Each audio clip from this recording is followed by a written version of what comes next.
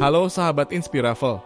Indonesia adalah negara yang kaya akan rempah-rempah, hutan hijau, dan lautan luas. Luas wilayah Indonesia secara resmi adalah 1,9 juta persegi dengan rincian darat sebesar kurang lebih 1.811.570 km persegi dan perairan 93.000 km persegi.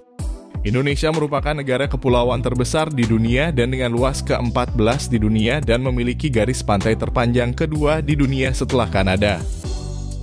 Akan tetapi pada zaman dulu selama berabad-abad, rakyat Indonesia hidup dalam bayang-bayang kekuasaan asing.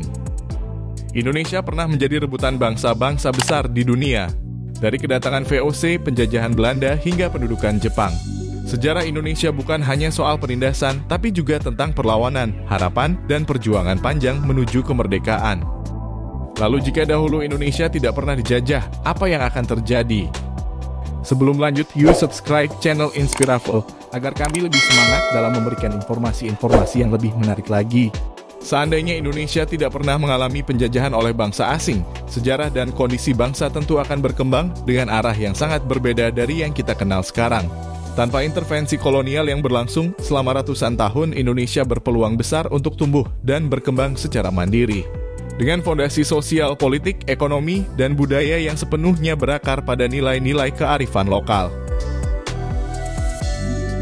Jika Indonesia tidak pernah dijajah, kemungkinan besar nama Indonesia seperti yang kita kenal sekarang tidak langsung ada sejak awal. Nama Indonesia sendiri baru mulai populer dan digunakan luas pada abad ke-19 dan awal abad ke-20, terutama dalam konteks pergerakan nasional dan perjuangan melawan penjajahan.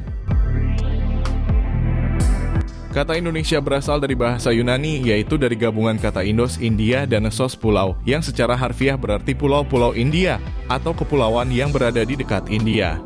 Istilah ini pertama kali digunakan oleh para ahli geografi dan ilmuwan barat pada abad ke-18 dan 19 untuk merujuk pada kepulauan di Asia Tenggara yang kita kenal sekarang.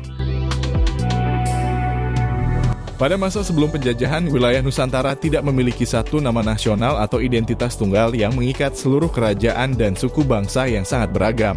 Setiap kerajaan atau kesultanan memiliki nama dan identitas tersendiri seperti Majapahit, Sriwijaya, Singasari, Mataram, Demak, dan lain-lain. Mereka lebih mengenal diri sebagai bagian dari komunitas lokal atau kerajaan tertentu, bukan sebagai bagian dari suatu Indonesia secara keseluruhan.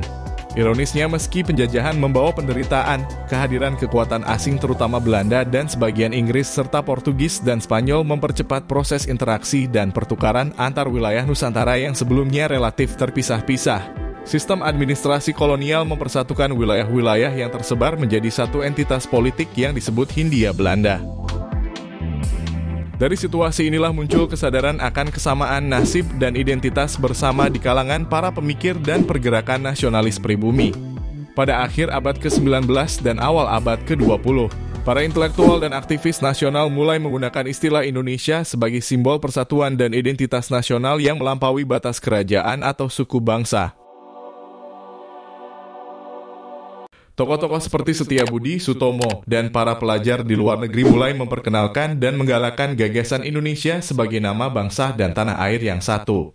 Nama ini kemudian menjadi dasar perjuangan kemerdekaan dan pembentukan negara Indonesia modern. Tanpa penjajahan, proses terbentuknya identitas nasional seperti Indonesia kemungkinan akan berbeda atau bahkan mungkin tidak muncul sama sekali dalam bentuk yang kita kenal sekarang. Nusantara mungkin akan tetap terdiri dari berbagai kerajaan dan komunitas dengan identitas lokal masing-masing, yang mungkin perlahan-lahan berintegrasi atau beraliansi dengan nama dan bentuk pemerintahan yang berbeda. Lalu bagaimana dari sisi ekonomi? Sebelum kedatangan bangsa Eropa, wilayah Nusantara sudah aktif dalam perdagangan internasional, terutama karena letaknya yang strategis di jalur perdagangan antara India dan Tiongkok. Sumber daya alam melimpah, rempah-rempah pala cengkeh lada hasil hutan emas, rotan, dan hasil laut.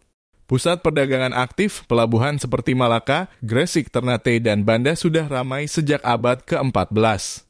Kerajaan dagang kuat Sriwijaya menguasai jalur laut.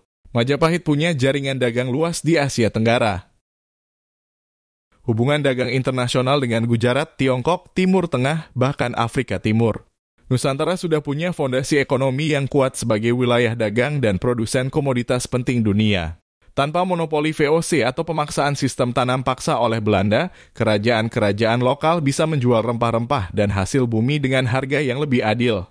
menjadi pengendali dagang regional bukan hanya produsen, menjalin aliansi dagang langsung dengan India, Timur Tengah, dan Tiongkok tanpa perantara kolonial. Kemungkinan besar pelabuhan-pelabuhan Nusantara bisa menjadi pusat keuangan besar seperti Singapura sekarang, tapi dikelola oleh pribumi.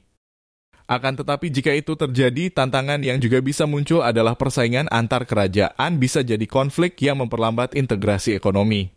Tanpa paksaan modernisasi dari kolonial, beberapa teknologi mungkin masuk lebih lambat tergantung pada kemampuan adaptasi.